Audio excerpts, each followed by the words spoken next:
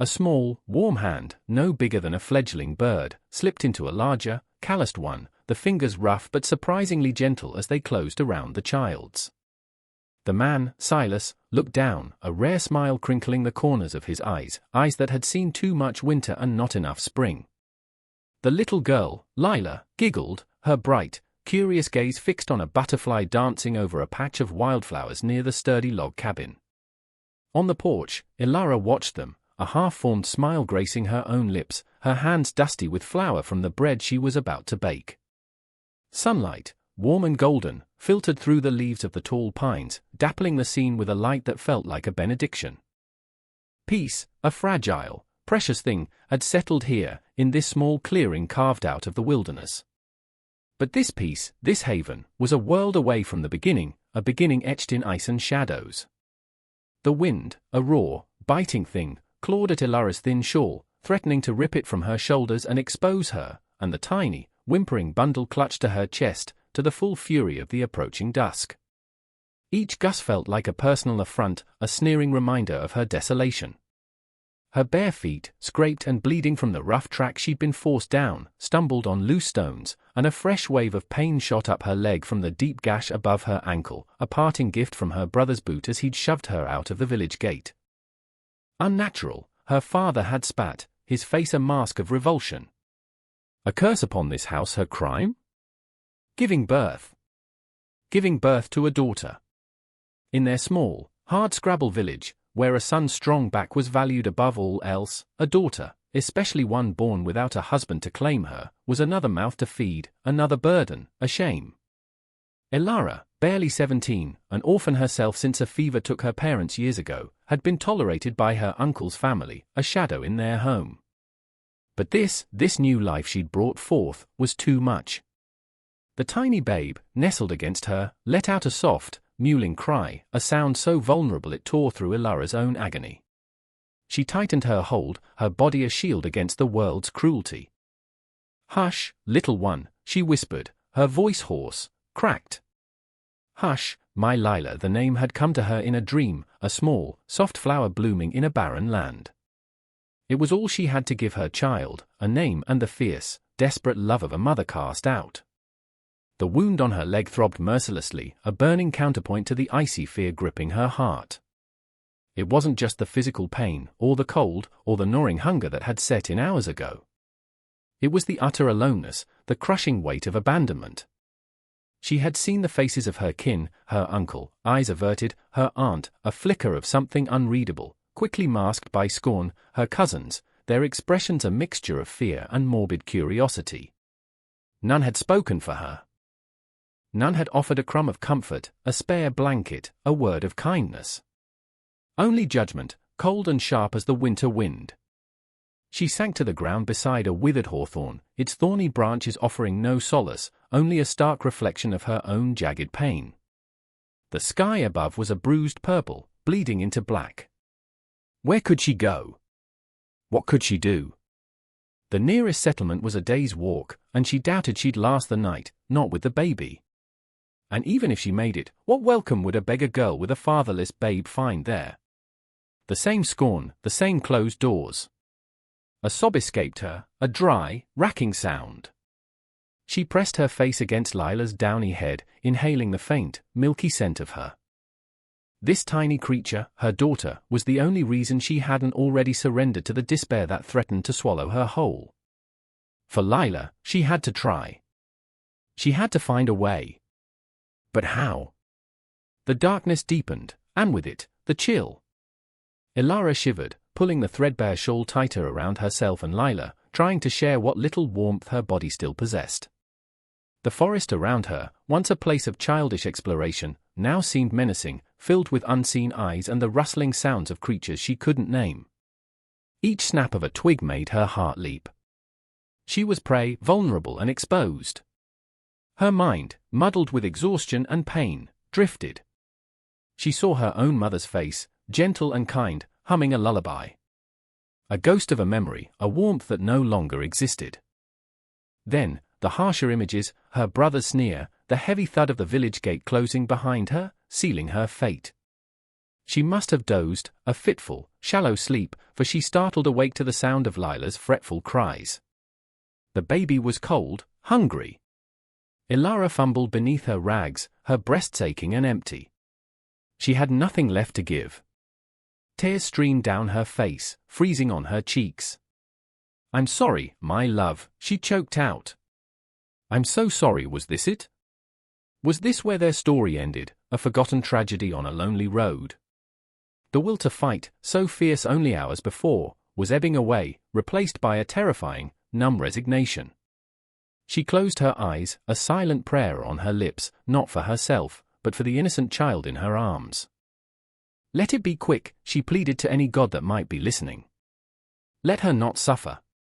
The first hint of dawn was a pale, grudging light that did little to dispel the biting cold. Ilara was stiff, her limbs numb, the wound on her leg a throbbing agony. Lila was quiet, too quiet, her small body chilled despite Ilara's desperate attempts to warm her. Hope, a fragile ember, had nearly been extinguished in the long, dark night. She had tried to move, to push herself onward, but her legs had refused to obey, her strength utterly depleted. She lay there, curled around her baby, waiting for an end she felt was inevitable. The road was empty, a ribbon of frozen mud stretching into the bleak distance. No one came. No one cared. The world was indifferent to their suffering. She thought of the warmth of a fire, the taste of bread, the simple comfort of a roof. Luxury she might never know again. Her own life felt insignificant, a discarded thing. But Lila? Lila deserved a chance Ilara was failing to provide. The guilt was a heavier burden than the cold or the hunger. Suddenly, a sound. Not the wind, not the rustling of small animals. Hoofbeats. Slow, steady, approaching. Ilara's heart lurched, a painful spasm of fear and a wild, irrational flicker of something else. She tried to sit up, to make herself smaller, to hide, but she was too weak. The sound grew closer, accompanied by the creak of wagon wheels. A figure emerged from the grey mist, a man, tall and broad-shouldered, leading a sturdy workhorse pulling a small, laden cart. He was cloaked, his face shadowed by a wide-brimmed hat. He didn't look like anyone from her village. He looked formidable. As he drew level with her, his gaze, sharp and discerning, fell upon the wretched heap by the side of the road. Ilara flinched, expecting the scorn, the judgment, the dismissal she had come to anticipate from every human encounter. She clutched Lila tighter, turning her own face away, bracing for harsh words or, worse, indifference. The horse stopped. Silence, save for the snort of the animal and the distant caw of a crow. Ilara held her breath. Then, a voice, low and gravelly, not unkind.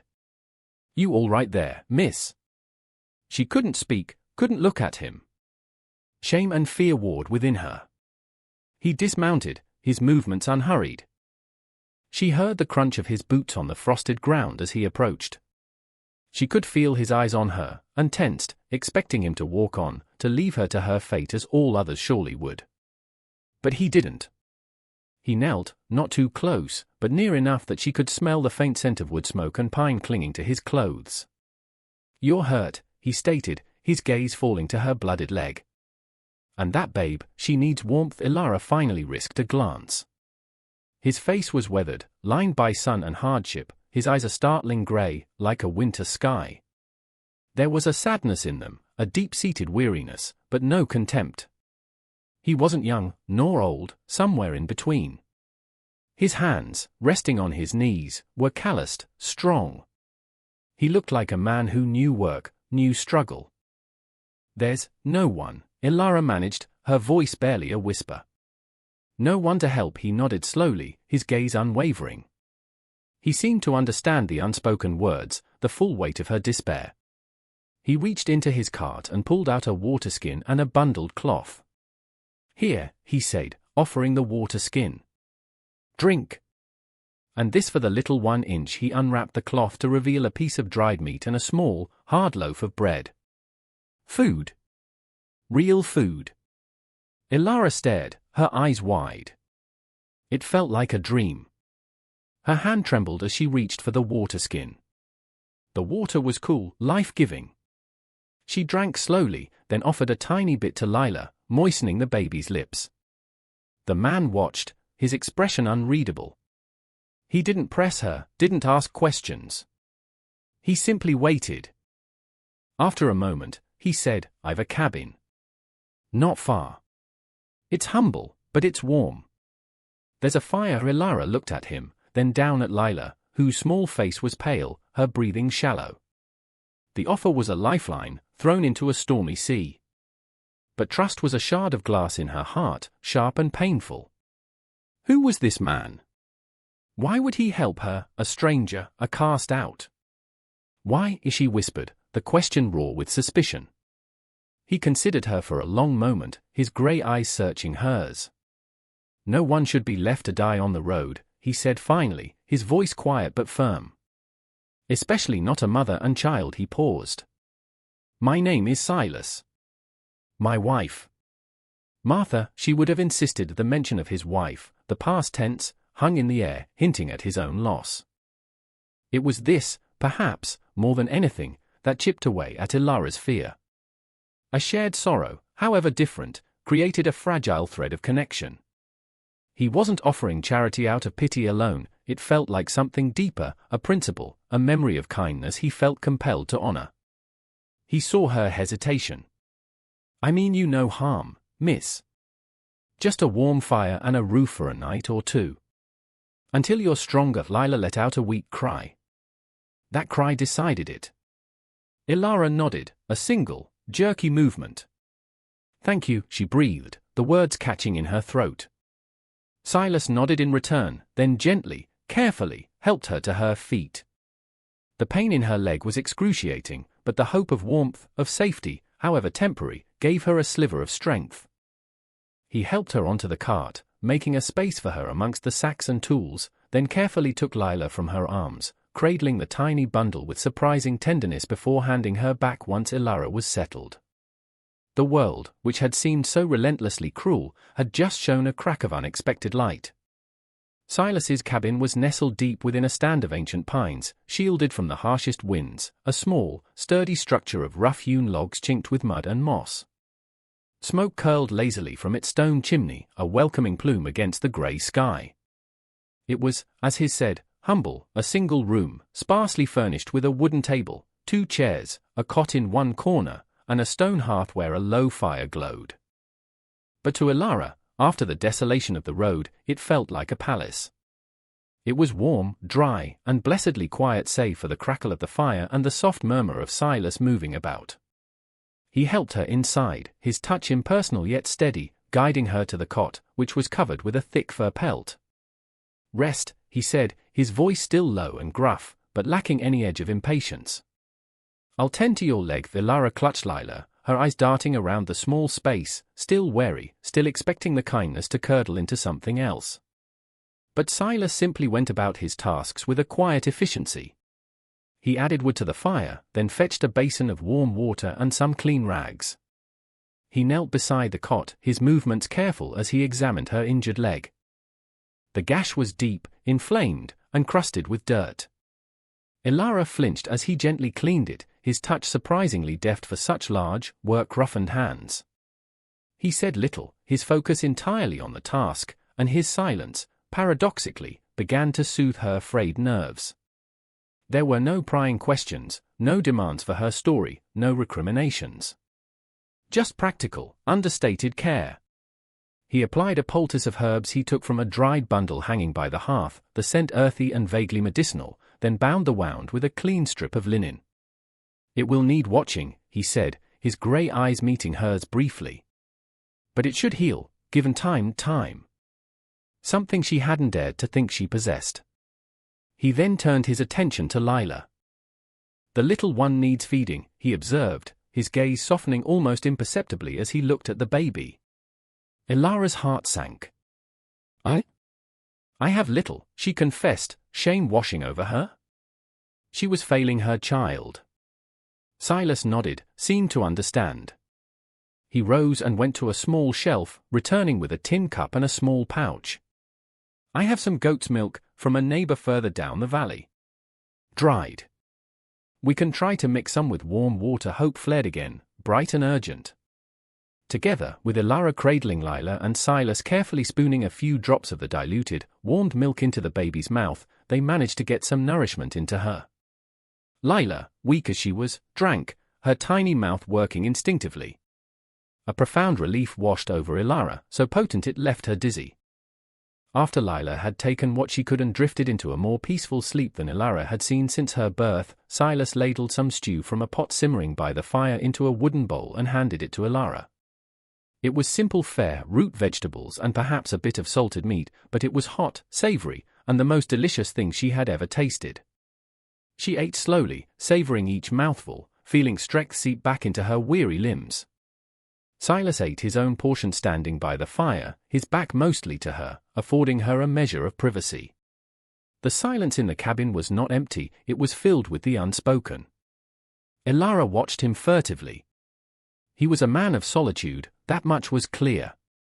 His movements were economical, his presence self-contained. There were few personal effects in the cabin, a worn book on a shelf, a neatly repaired hunting knife, a carved wooden bird that looked old and cherished. Signs of a life lived simply, perhaps austerely. He wasn't what she had expected. Her village, her family, had taught her that men were either users or protectors of their own kin, and she was neither. Silas defied these narrow definitions. His kindness was quiet, undemanding, almost impersonal, yet it felt more genuine than any effusive display could have been. As dusk began to settle outside, casting long shadows through the single small window, Silas laid another fur pelt on the floor near the hearth for himself. "You and the babe take the cot," he said, his tone leaving no room for argument. "You need the rest more." Ilara murmured her thanks, her throat tight with an emotion she couldn't name. Gratitude, yes, but something more, a bewildered sense of safety that was so foreign it was almost frightening. She lay down on the cot, Lila nestled beside her, warm and breathing steadily. The fire cast dancing shadows on the log walls. Outside, the wind howled, but inside, it was still. She listened to Silas's rhythmic breathing as he slept, a reassuring sound in the darkness. For the first time in what felt like an eternity, Ilara allowed herself to truly relax, her body surrendering to an exhaustion so profound it was almost a comfort. She was still an outcast, still wounded, still facing an uncertain future. But for tonight, she and Lila were safe. And in the quiet solitude of a stranger's cabin, a tiny, fragile seed of trust, unwanted but persistent, began to take root in the barren soil of her heart. This man, Silas, had offered her sanctuary, a moment of grace in a world that had shown her none. And as sleep finally claimed her, Ilara clung to that small, flickering light, a beacon in the overwhelming darkness. Days bled into a week, then two, marked by the slow rhythm of life in Silas's secluded cabin. Ilara's leg began to heal, the angry inflammation subsiding under Silas's continued care with the herbal poultices and clean dressings.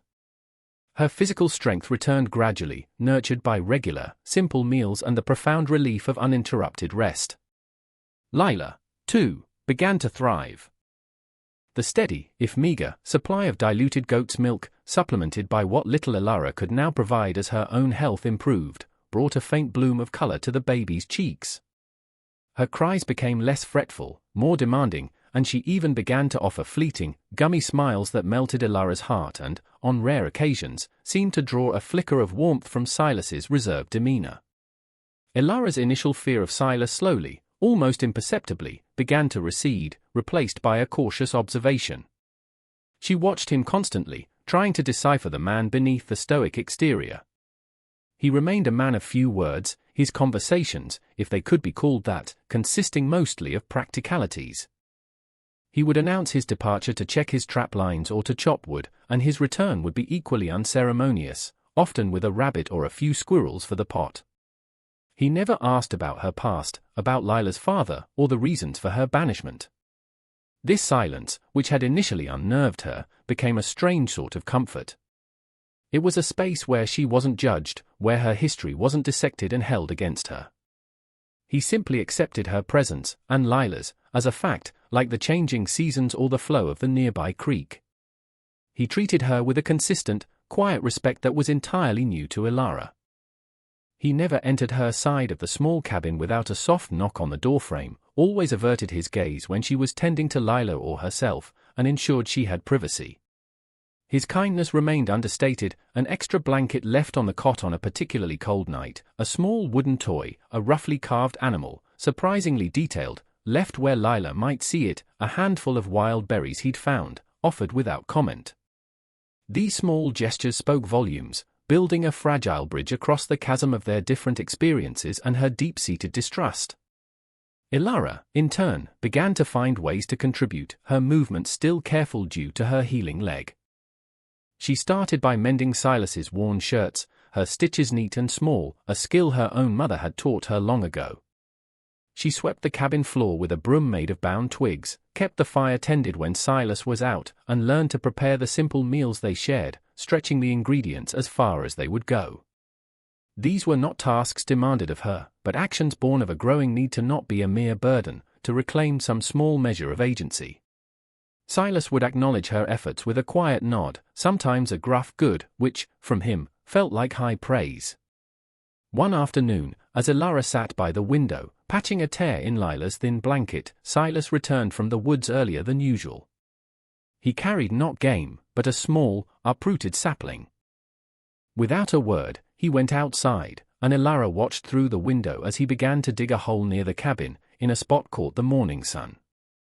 He worked with a focused intensity, and when he was done, he carefully planted the young tree, tamping the earth around its roots. He then fetched water and tended to it gently. Ilara wondered at this unexpected act. Later, as they ate their evening meal of rabbit stew, she found the courage to ask, "The tree, what kind is it?" Silas looked up, surprised by her direct question.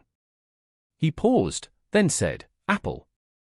Martha always wanted an apple tree. The name, Martha, hung in the air again, imbued with a quiet sorrow. Ilara felt a pang of empathy. His late wife. This was a piece of him, a glimpse into the heart he kept so carefully guarded. "It will be beautiful," Ilara said softly. Silas merely nodded, but she thought she saw a flicker of something less guarded in his eyes before he looked away. The silence that followed was different, less a void and more a shared space of unspoken understanding. The whispers of his past, of his loss, made him more human to her, less of an enigma. It also, strangely, made her feel a little less alone in her own griefs. But the outside world, with its harsh judgments, was never far from Ilara's mind. One day, a trapper, a rough-looking man Silas occasionally traded pelts with, passed by the cabin. He caught a glimpse of Ilara through the open doorway before Silas quickly stepped out to meet him. Ilara shrank back, her heart pounding. She heard their low voices, Silas's calm and steady, the trapper's gruffer, questioning. The trapper eventually left, casting a curious, lingering glance towards the cabin. When Silas came back inside, his face was set in its usual stoic lines, but Ilara sensed a new tension in him. "He saw me," she whispered, her voice trembling. Silas nodded. "He's a gossip, but harmless enough. Still, best you stay inside when strangers are near." The reminder of her precarious situation, her vulnerability, was a cold splash of reality. This sanctuary Silas provided was fragile, easily shattered by the prejudices of the world beyond their small clearing. That night, her dreams were troubled, filled with the scornful faces of her village, her brother's angry shouts. She woke with a gasp, clutching Lila, her body slick with sweat. Silas, from his place by the dying fire, stirred. "Bad dreams?" he asked, his voice soft in the darkness. Ilara couldn't speak, just nodded, tears welling. He didn't press her. He simply rose, added a small log to the fire, and sat watching the flames, his presence a silent reassurance until her breathing evened out and the terror receded. He was, she realized with a growing certainty, a good man. A man who, despite his own sorrows, had chosen kindness over indifference. And in his quiet, unassuming way, he was teaching her that not all of humanity was cruel, that trust, even after being shattered, might, just might, be worth rebuilding, one hesitant step at a time. The need for supplies eventually became unavoidable. Silas's stores were dwindling, and Lila, though growing, needed more consistent nourishment than their current resources could reliably provide. The nearest settlement, Oak Haven, was a half-day's journey by cart, a place Silas usually visited only a few times a year, preferring his solitude. The thought of it filled Ilara with a sickening dread. Oak Haven was larger than her own village, but she knew human nature, whispers and judgments traveled easily. Silas announced his intention one morning, his tone matter-of-fact. "We're low on flour, salt. And the little one could do with proper milk, if Jebediah at the farm has any to spare." Ilara's breath caught. She asked, her voice barely audible. She had assumed he would go alone, leaving her and Lila hidden in the relative safety of the cabin. Silas looked at her, his grey eyes steady. "I can't leave you here alone for that long. Not safe." "And Lila?" He glanced at the sleeping baby. "She needs to be close to you." His reasoning was practical, yet Ilara sensed something more, a subtle protectiveness that went beyond mere pragmatism. He was choosing to face whatever Oak Haven might throw at them, together. The journey was tense. Ilara sat in the back of the cart, Lila bundled securely in her arms, her own shawl pulled low over her face, hoping to remain as inconspicuous as possible. Silas walked beside the horse, his demeanor calm, but Ilara could see the subtle tightening of his jaw, the way his eyes scanned their surroundings. As they neared Oak Haven, the sounds of civilization grew louder, the clang of a blacksmith's hammer, the distant shouts of children, the murmur of voices. Ilara's stomach churned. Each approaching figure felt like a potential accuser. Oak Haven was a bustling little town, a main street lined with a general store, a smithy, a small tavern, and a few scattered houses. As their cart rumbled onto the dusty thoroughfare, heads began to turn. Silas was a known figure, if an infrequent visitor, the quiet man from the deep woods. But the woman with him, young, pale, and clutching a baby, was an anomaly, an immediate subject of curiosity and speculation. Whispers followed them like shadows. Ilara could feel the stares, burning into her back, dissecting her. She kept her gaze fixed on Lila, trying to block out the curious, often hostile, glances. She heard snippets of conversation. "Who's that with Silas? Never seen her before. A baby, too. Looks like troubles at the general store." The proprietor, a portly man with shrewd eyes, greeted Silas with forced joviality, his gaze flicking constantly towards Ilara. While Silas made his purchases, flour, salt, sugar, a few tools, Ilara remained by the cart, her heart pounding. A group of women, gathered near the store's entrance, ostensibly discussing household matters, lowered their voices as they looked her over, their expressions a mixture of disapproval and sanctimonious pity. One of them, a stern-faced woman with graying hair pulled back so tightly it seemed to stretch her skin, detached herself from the group and approached Ilara. "Well now," the woman began, her voice carrying clearly, "what have we here, Silas Blackwood? Taken in a stray, have you?" Her eyes, cold and assessing, raked over Ilara and then lingered on Lila. Ilara flinched as if struck. Shame, hot and suffocating, rose in her throat. She wanted to disappear, to run back to the anonymity of the woods. Silas, who had just emerged from the store, moved to stand slightly in front of Ilara, a subtle shield. His face remained impassive, but his voice, when he spoke, was firm. "Good day, Mistress Gable. This is Ilara. She and her child are with me." Mistress Gable sniffed disdainfully. "With you, is it? And what sort of arrangement is that, I wonder? A young woman, a babe with no father in sight. It's hardly proper, Blackwood. Sets a bad example." Her words were like stones, sharp and bruising. Ilara could feel the blood draining from her face.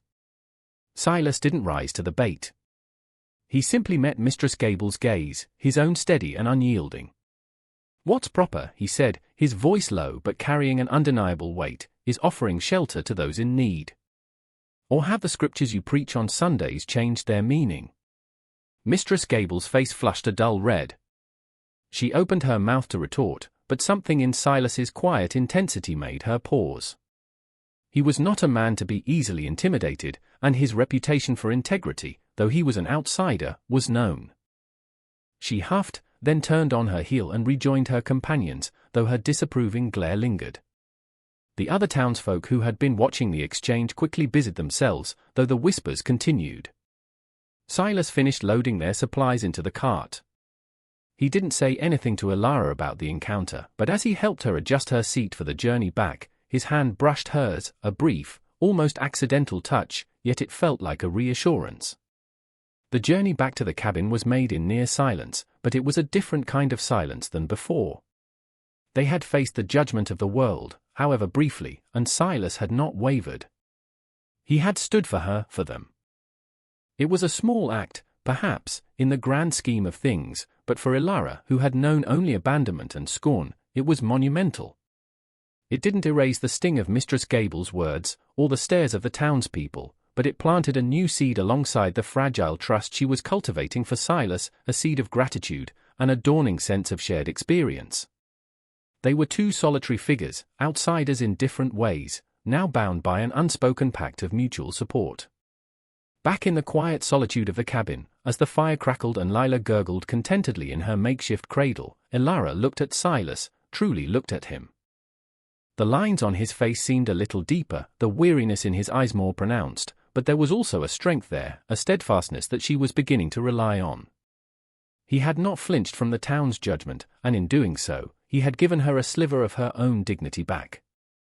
The world was still a harsh place, but perhaps, just perhaps, with Silas by her side, it was not entirely unnavigable. The trip to Oak Haven, despite its discomforts, marked a subtle but significant shift in the dynamic within the small cabin. The shared ordeal, Silas's quiet defense of her, had chipped away another layer of Ilara's reserve. She found herself watching him with a new understanding, a burgeoning respect that went beyond mere gratitude for shelter. She saw not just a rescuer, but a man of quiet, profound integrity. In response, Ilara's desire to contribute, to be more than a passive recipient of his kindness, grew stronger. She began to take on more responsibilities around their shared living space, not out of a sense of obligation, but from a nascent feeling of belonging, a wish to weave herself, however tentatively, into the fabric of this fragile life they were creating.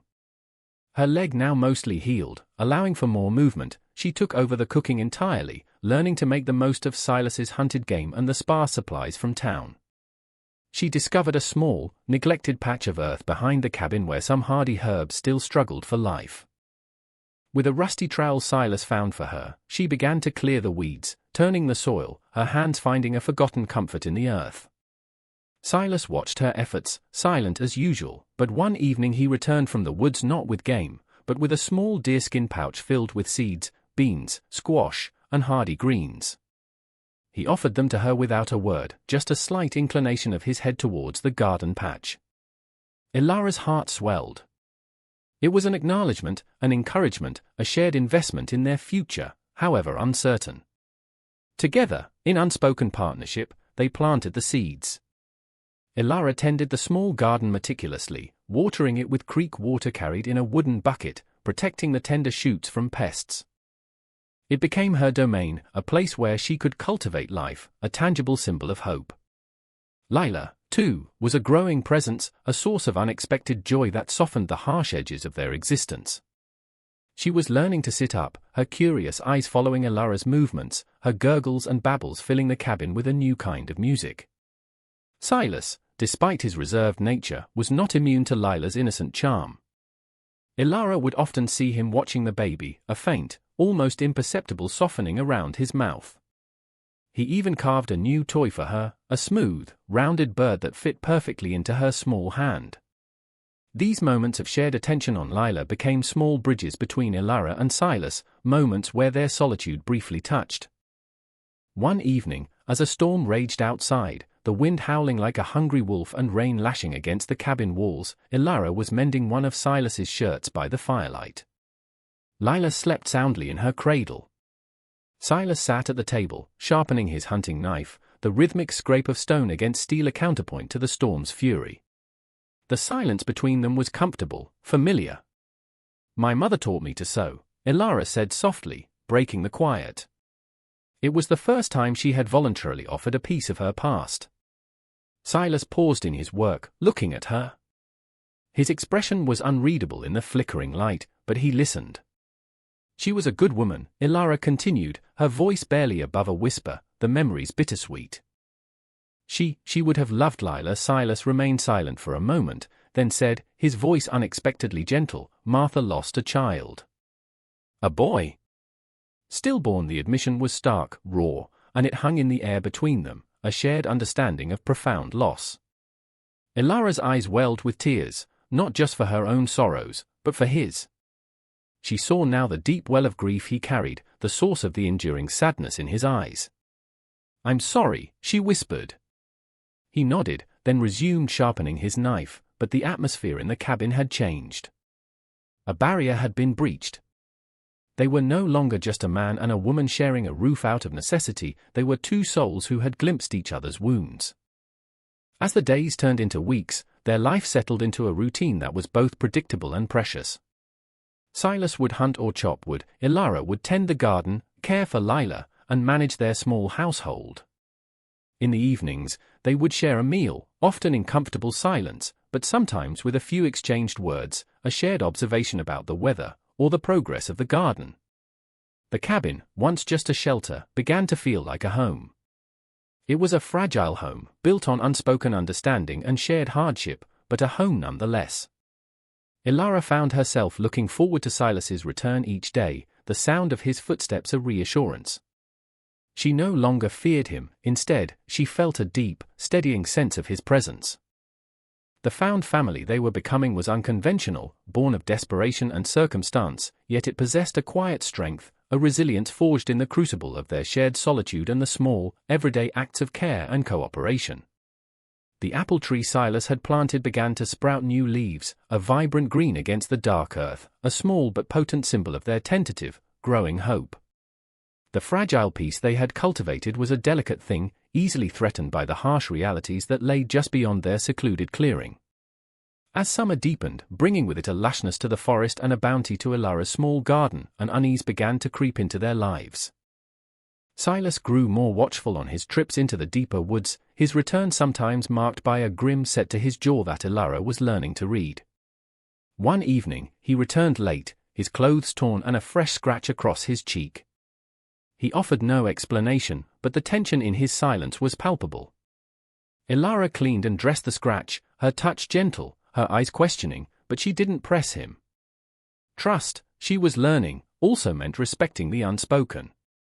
The true nature of the threat, however, revealed itself not from the wilderness, but from the civilized world they had tried to leave behind. A few days later, a figure appeared at the edge of their clearing. Not a trapper this time, but a man Ilara recognized with a jolt of pure terror, her cousin, Jonas, his face set in the familiar sneer she remembered so well. He was not alone, two other men from her village flanked him, their expressions equally unpleasant. Ilara, who had been outside with Lila, showing her a ladybug on a leaf, snatched up her daughter and scrambled back towards the cabin, her heart hammering against her ribs. Silas, she cried, her voice choked with panic. Silas emerged from the cabin, axe in hand, his stance instantly wary. He positioned himself between Ilara and the newcomers. What do you want? Silas's voice was low, dangerous. Jonas smirked, his eyes raking over Ilara with contempt. We've come for what's ours, Blackwood. The girl. And the brat. She shamed our family, ran off like a thief. She shamed no one, Silas stated, his voice like flint. She was cast out. There's a difference. Semantics, Jonas spat. Her uncle, my father, has decided she's to be brought back. There's a man in the next valley, old, but with land. He's willing to take her, damaged goods and all, for a small price. And the child, well, she can be dealt with. Ilara felt sick. Dealt with. The casual cruelty of his words chilled her to the bone. She clutched Lila so tightly the baby whimpered. I won't go, Ilara said, her voice trembling but firm, stepping out slightly from behind Silas. It was the first time she had directly defied her kin. Jonas's eyes narrowed. You don't have a choice, cousin. You belong to us. She belongs with me, Silas said, his grip tightening on the axe handle. This is my land. You're not welcome here. Leave, one of Jonas's companions, a burly man with a cruel mouth, snorted. You and what army, woodsman? There's 3 of us. We'll take her, and if you interfere, you'll regret it. The air crackled with menace.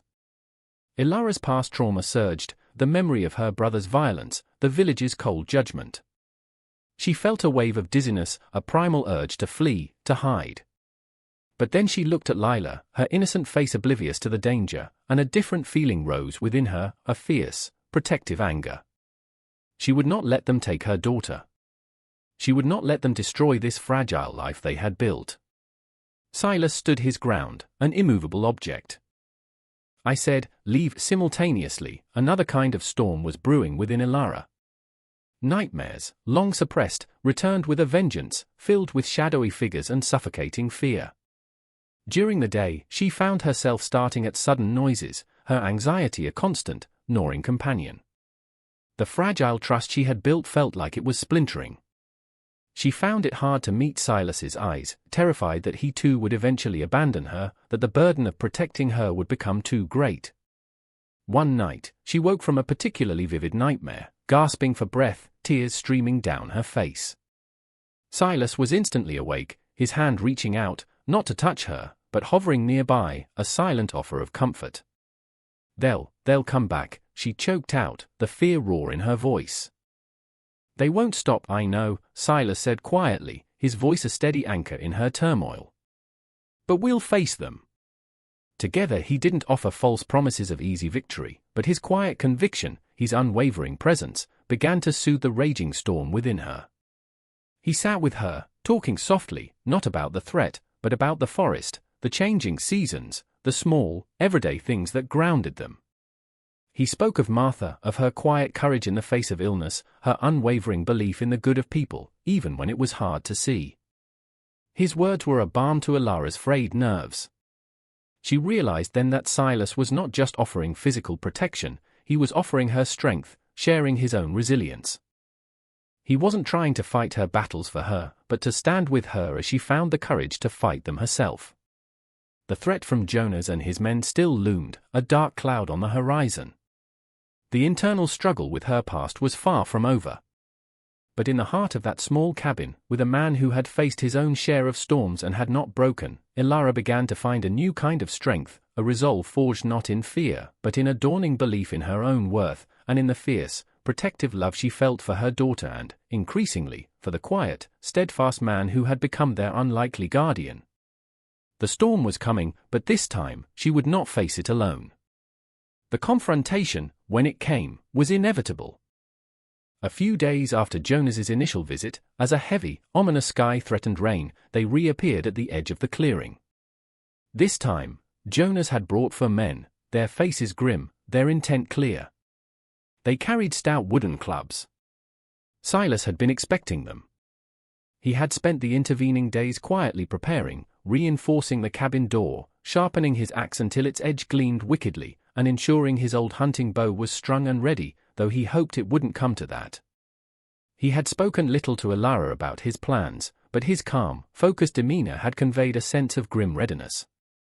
Ilara felt a cold dread snake through her, but beneath it, a new, unfamiliar resolve was hardening. She would not be the terrified, helpless girl she once was. She strapped Lila securely to her chest in a makeshift sling Silas had helped her fashion, her movements deliberate, her face pale but set. Silas met the intruders a short distance from the cabin, his axe held loosely at his side, his stance relaxed but alert. "I told you to leave, Jonas," Silas said, his voice even, carrying clearly in the still, heavy air. "This is your last warning." Jonas laughed, a harsh, grating sound. "Warnings? We don't need warnings, Blackwood. We've come for what's ours. The girl has caused enough trouble.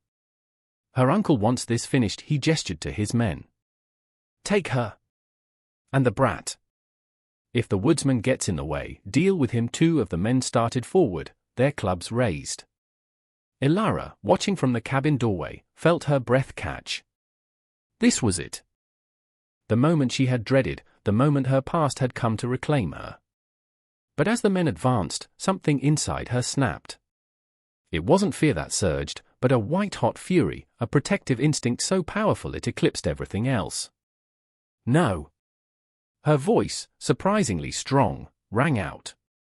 She stepped forward, out of the doorway, positioning herself slightly behind and to the side of Silas. "I am not yours to take. Lila is not yours to harm." Jonas looked at her, a flicker of surprise in his eyes, quickly replaced by contempt. Still defiant, "Cousin? You'll learn your place." He nodded to his men. "Get her." As the two men lunged, Silas moved with a speed that belied his size. His axe became a blur, not aimed to kill, but to disable, to warn. The flat of the axe head connected with the first man's shoulder with a sickening thud, sending him sprawling. The second man hesitated, momentarily deterred by Silas's ferocity. This was not the easy fight they had anticipated. The other two men, seeing their companion fall, began to circle, trying to flank Silas. Jonas hung back, directing them, his face contorted with rage. "Get him! He's just one man." Elara knew Silas couldn't hold them all off indefinitely. Her gaze fell upon a pile of firewood stacked near the cabin wall. Her mind raced. She couldn't fight them with strength, but perhaps. She grabbed a sturdy piece of firewood, her hand surprisingly steady. As one of the men lunged at Silas from the side, Elara darted forward and swung the piece of wood with all her might, connecting with the man's exposed knee. He howled in pain and stumbled, his attack on Silas thwarted. Silas shot her a quick, surprised glance, a flicker of something unreadable in his eyes, respect, perhaps, before turning back to face the remaining attackers. The fight was brutal, desperate. Silas moved with grim efficiency, his axe a formidable defense, his knowledge of the terrain giving him a slight advantage. But they were outnumbered. One of the men managed to land a glancing blow on Silas's arm with his club, and Silas grunted in pain, though he didn't falter. Seeing Silas hurt spurred Elara to further action. She couldn't just stand by. She remembered the boiling water she had on the fire for tea. It was a desperate thought, a woman's weapon, but it was all she had. Ducking back into the cabin, she grabbed the small, steaming kettle. When she emerged, Jonas, seeing his men struggling more than he'd expected, was finally moving forward himself, a vicious-looking knife in his hand, clearly intending to end things. He was heading toward Silas, whose attention was momentarily occupied by the other two. "Silas, look out!" Elara screamed. As Jonas raised his knife, Elara, without a second thought for her own safety, flung the contents of the kettle towards him. The scalding water arced through the air. Jonas cried out in shock and pain as some of it hit his outstretched arm and chest, forcing him to drop the knife and stumble back, clutching his burned skin. The distraction was enough. Silas, disengaging from the other two, turned on Jonas with a roar of fury, knocking him to the ground with a powerful blow from his fist. The remaining two men, seeing their leader down and one of their own badly burned, their other companion still clutching his injured knee, lost their nerve. They hesitated, looked at each other, then turned and fled into the woods, dragging their injured comrade with them. Jonas lay on the ground, groaning, his bravado gone. Silas stood over him, breathing heavily, his face grim. "Get up," Silas ordered. Jonas, wincing in pain from his burns and Silas's blow, struggled to his feet. "You'll pay for this, Blackwood," he hissed, but the threat lacked conviction. "No," Silas said, his voice cold. "You will leave. And you will not return. If I ever see your face near this cabin, near Elara or Lila again, I will not be so restrained. Do you understand me?" Jonas glared, but the fear in his eyes was evident. He nodded curtly, then turned and limped away, disappearing into the trees after his men.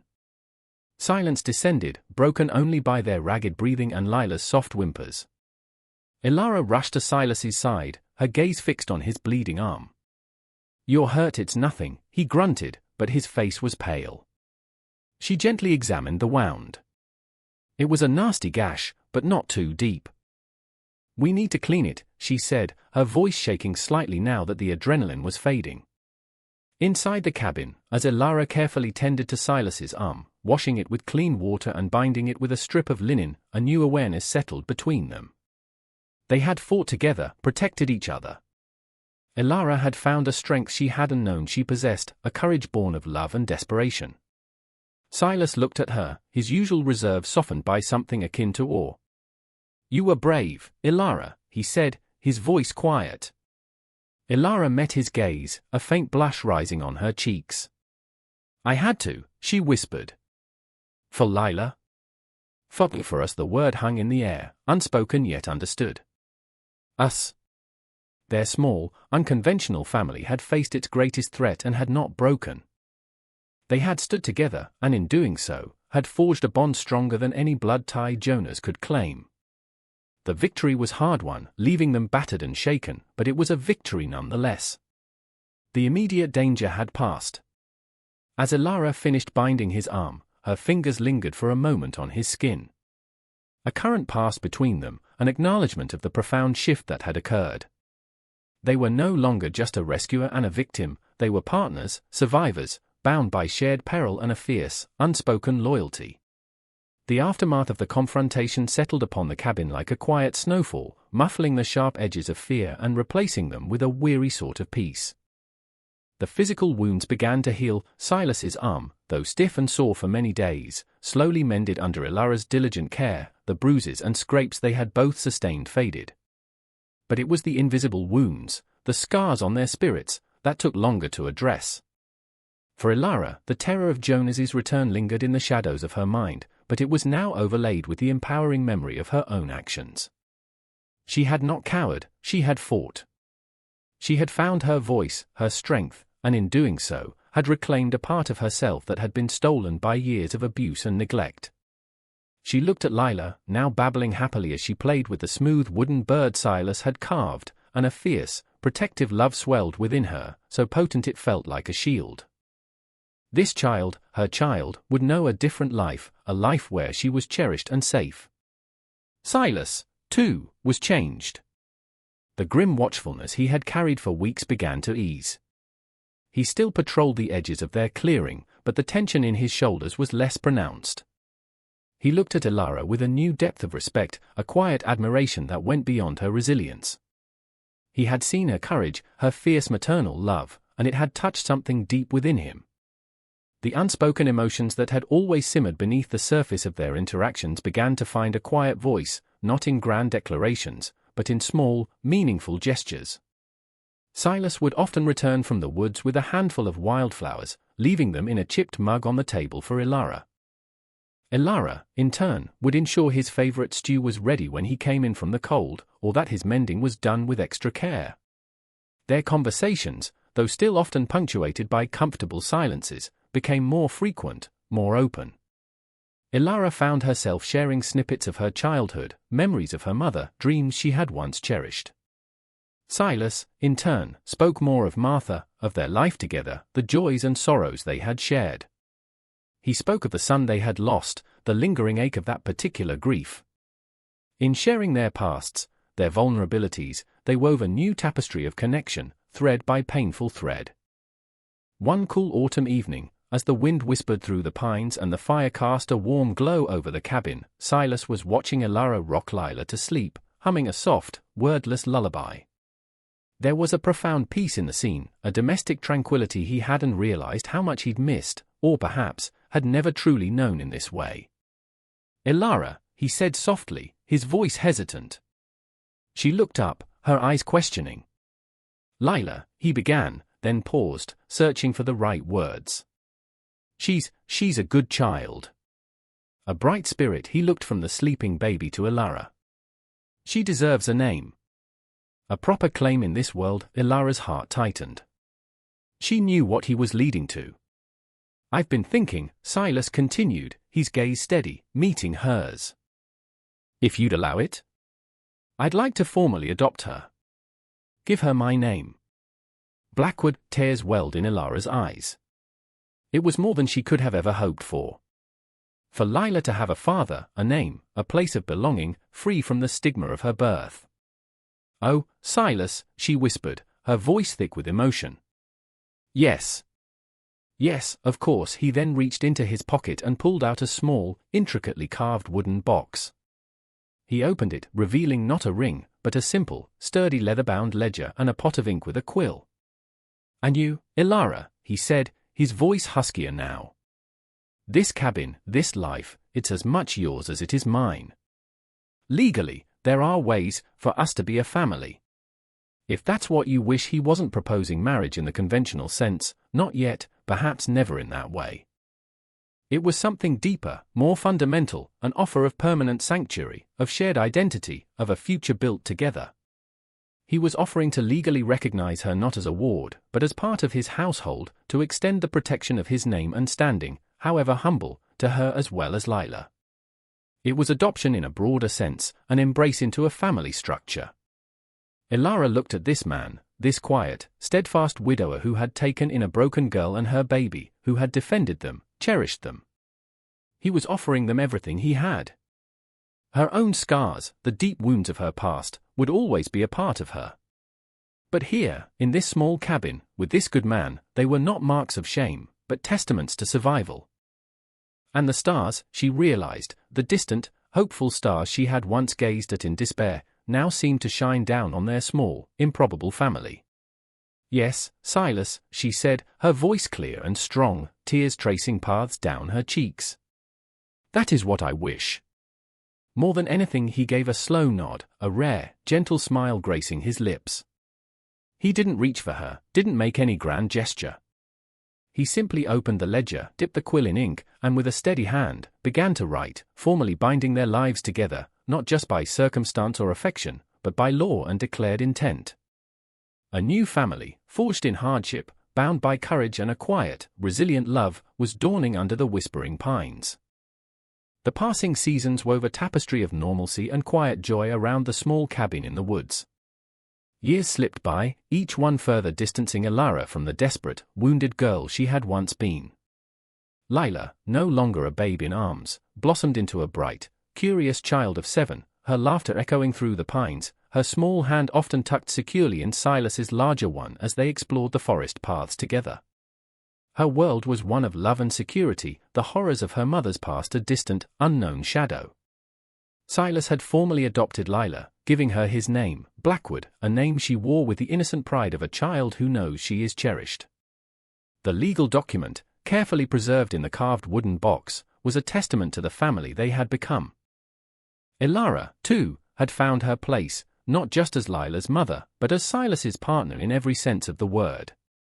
Their bond, forged in shared adversity and quiet companionship, had deepened into a profound, unspoken love. They were husband and wife in all but official ceremony, their lives intertwined, their reliance on each other absolute. The cabin itself had changed, grown with them. Silas, with Ilara's help, had added another small room, a space for Lila as she grew. The garden Ilara had started with a few salvage seeds now flourished, providing them with vegetables and herbs throughout the summer and autumn. The apple tree Silas had planted in memory of Martha now bore fruit, its blossoms a fragrant promise each spring, its apples a crisp, sweet harvest in the fall, a symbol of new life and continuity. Ilara had become a woman of quiet confidence and profound inner strength. The haunted look in her eyes had been replaced by a serene warmth, though the memory of her past, the scars she carried, remained a part of who she was. They were no longer open wounds, but reminders of her resilience, of the journey she had undertaken from despair to a hard-won peace. She often thought of the village she had been cast out from, not with bitterness, but with a distant pity for their narrowness, their cruelty. She had found a richer life, a truer family, in the wilderness with a man whose heart was larger than any community she had ever known. One afternoon, while returning from a nearby stream where she'd been gathering watercress, Ilara encountered a figure on the old track that led towards Oak Haven. It was an elderly woman, her face etched with hardship, her clothes threadbare. The woman looked at Ilara with weary, questioning eyes. For a moment, Ilara felt a flicker of her old fear, the instinct to hide, to become invisible. But then she saw the woman's hunched shoulders, the desperation in her gaze, and compassion overrode her apprehension. This woman reminded her of herself, all those years ago. "Are you lost, mother?" Ilara asked gently, her voice kind. The woman started, surprised by the gentle address. I am just weary, child." And hungry without hesitation, Ilara offered the woman the small loaf of bread she had packed for herself. "Come with me," she said. "Our cabin is not far. We have a warm fire and food to share." As they walked towards the clearing, Lila ran out to meet them, her bright eyes curious. Silas emerged from the cabin, his initial wariness softening as he saw the situation. He nodded a welcome to the old woman. That evening, they shared their simple meal with the stranger, offering her shelter for the night. The old woman, whose name was Agnes, wept with gratitude, recounting a story of loss and hardship that echoed Ilara's own in its pain. In that moment, Ilara understood the full circle of her journey. She, who had been abandoned and left for dead, was now in a position to offer solace and aid to another. The compassion Silas had shown her, she could now extend to others. Their home, once a solitary refuge, had become a small beacon of kindness in a harsh world. As Agnes slept soundly by the fire that night, Ilara stood at the cabin door, looking out at the star-dusted sky. Silas came to stand beside her, his arm resting lightly around her shoulders. "You did a good thing, Ilara," he said softly. She leaned her head against his shoulder, a comfortable, familiar gesture. "You taught me how," she whispered. The wounds of her past would always be there, faint lines etched upon her soul. But they no longer defined her. What defined her now was love, the love for her bright, happy daughter, the deep, abiding love for the steadfast man beside her, and the resilient love for life itself, a life she had reclaimed from the ashes. The orphan girl, left wounded for birthing a girl, had not only survived, she had thrived, nurtured by the unexpected kindness of a struggling widower, and together, they had woven a future filled with hope, a testament to the enduring strength of the human spirit and the quiet, powerful magic of a found family.